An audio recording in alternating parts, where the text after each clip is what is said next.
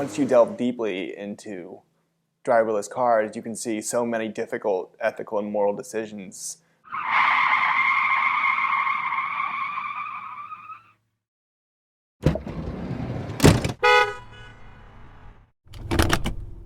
What we're doing here is making sure that we provide people with the starting point to have these conversations. We understand the implications of the technology we use and of the decisions that we make. We're thrilled to engage both the university community and the broader Ann Arbor community on this issue that is of special relevance to the Metro Detroit area, obviously as the Motor City. Of course, it's relevant everywhere. This is a very transformative technology that will impact everybody's life.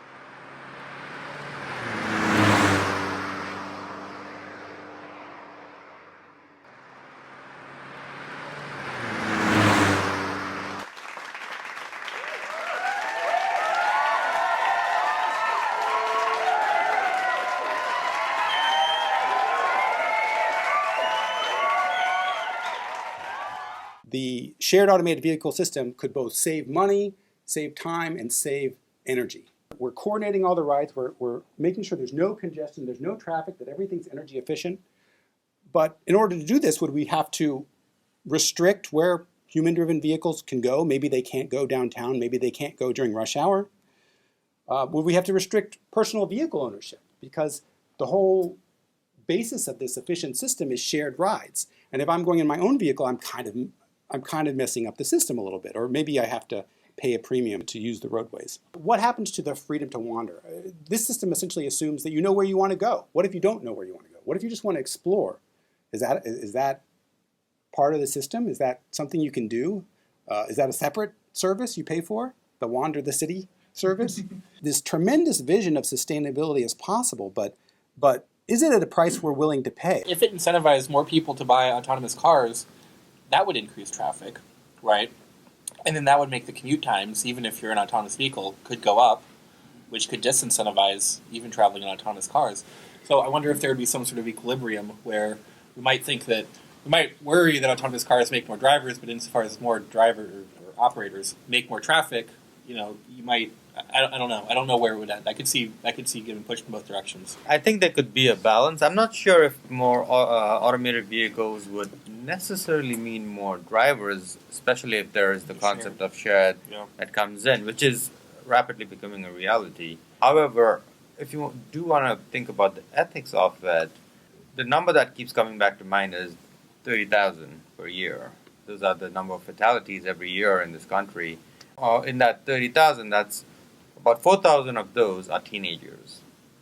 The number one cause of death for teenagers in this country are car crashes. 99% of those are preventable. So that's a pretty horrible number to think about. So would we be willing to trade urban sprawl for that? I don't think it's an either or. I think we can have both. We can have safe cars and have vibrant cities. I don't think we have to choose between the two. Very basically, we need full costs driving. Whatever your externalized costs of driving are, you should be paying for fully, whether they're pollution costs or congestion costs or other environmental costs. But my wife is very sick, right? And the only way for me to save her life is to speed and to get her to the hospital faster. What are we going to do with these exceptions, right?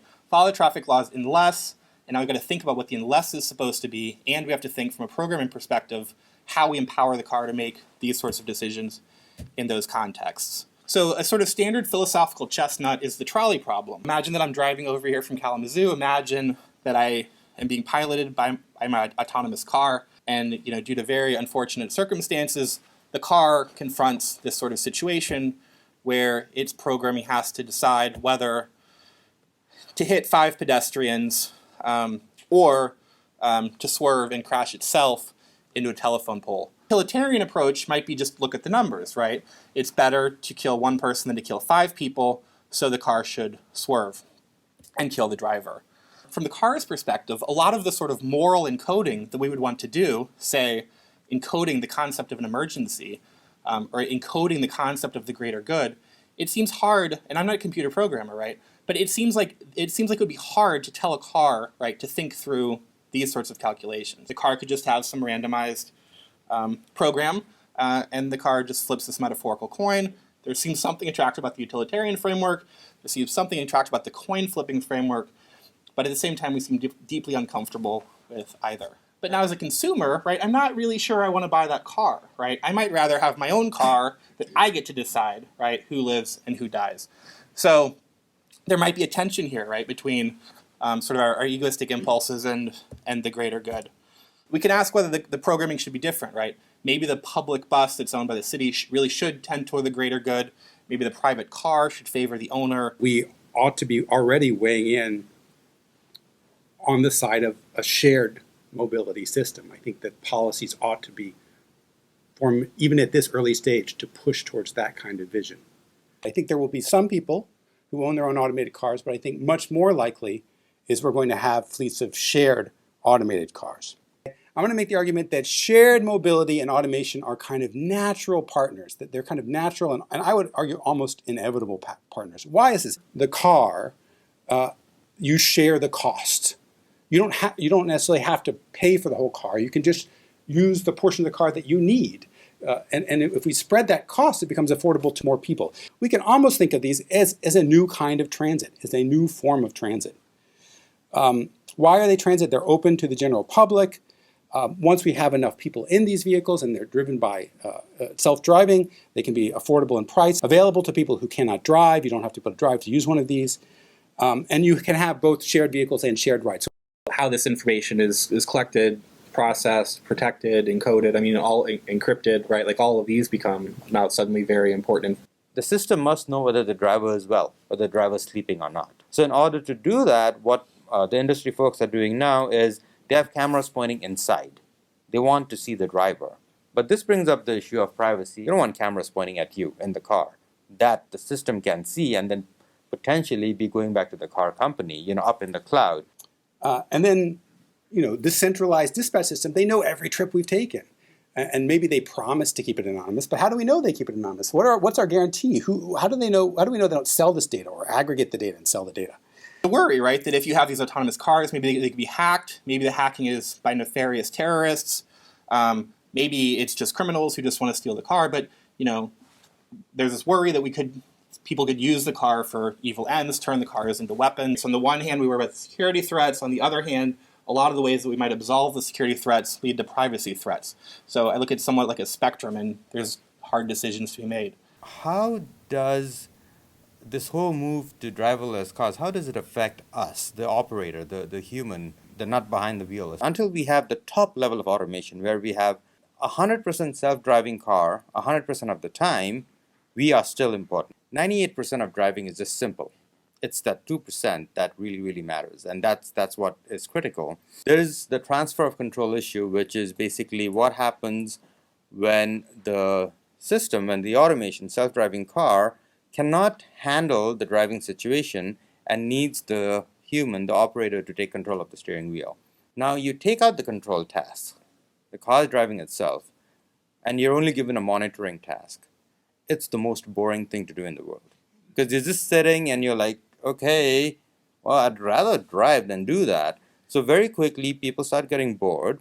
They either start nodding off, or maybe they start texting. I mean, people are texting nowadays, even on non-self-driving cars. You put them in a self-driving car, of course they're going to text. They're texting, they're watching the YouTube video, and then suddenly the car needs to give control back to you. They're not able to respond well enough. And that is an issue. That's actually more dangerous than, being in control and texting. What kind of warnings will you give to the driver? Will you buzz his seat? Will you give an audible tone? Will you, have an alarm ring loudly with, 3-minute warning, or whether it be with 1-second warning? And that's where it gets really dicey. One of the concerns is that a certain class of driver may see a automated car and take advantage of its passive behavior to dominate it, to cut it off, to tail it, because it's not going to fight back. It's going to be as docile as possible. Even if they look the same, they're behaving differently, which means that we ought to know if that particular car that's tailgating me or that I'm behind will behave like a human would. If not, well, we want to put a big purple beacon on it so that it screams automated vehicle. There are issues with different driver characteristics. So we have older drivers who may not have the response time to be able to respond quickly enough. They're impaired drivers, people who think that they have a self-driving car, so maybe they can have a drink or two. There are the inexperienced drivers, the novice drivers. And we actually study novice drivers a lot, the teenagers, because number one, they're really bad drivers. The numbers prove it. Number two, they're obviously inexperienced because they haven't driven much. And if they're in a self-driving car, by virtue of the fact that they're in a self-driving car, they're not gaining any more experience. So why would you give them the wheel if they don't have experience? This brings about questions about policy. Is it necessary for you to be at least 25 years old with 5 years of driving experience under your belt before you can operate a self-driving car? Does that defeat the purpose then? I think there's about 2 million people with driving jobs in the United States. In general, when automation replaces workers, which is we have two forces. We have globalization replacing workers. We have automation replacing workers. What do you do about that? What do you do when there's not enough good jobs for everyone who wants to work? And I think that, to me, I don't think that's a driverless car problem. I think that's a societal problem. Another ethical dimension there is how the costs or the benefits are allocated. The air conditioning company from Indiana moves to Mexico. On the one hand, it looks like everybody wins. Our air conditioners are all cheaper. But for the city in Indiana that, now gets shuttered because 5,000 people lose their job. You've got to think through what the economics are, but you also we care about things like lives and how those costs are distributed is also, I think, it is ethically important. I mean, they're real. It's cool. It happened. It's going to be here before we know it.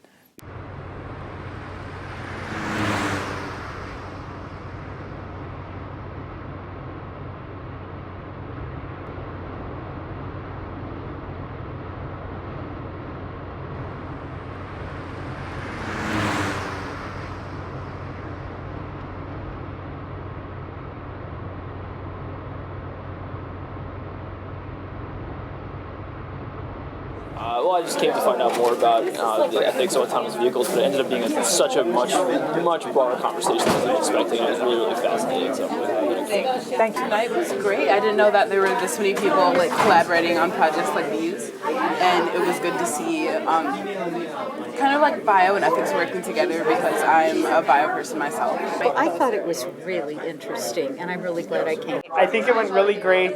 We were just so lucky to have such a great variety of presenters on so many interesting topics. I thought it was a great discussion. We covered a lot of stuff that I wanted to cover and stuff I didn't know I wanted to cover, so it was all very good.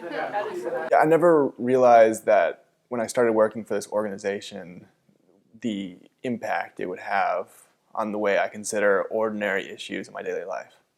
I've become a much better public speaker because of it. We have a ton of fun on the team approaching these issues, coming up with really creative solutions to ethical problems. I've gotten a lot better at listening to people and trying to take multiple viewpoints on a situation.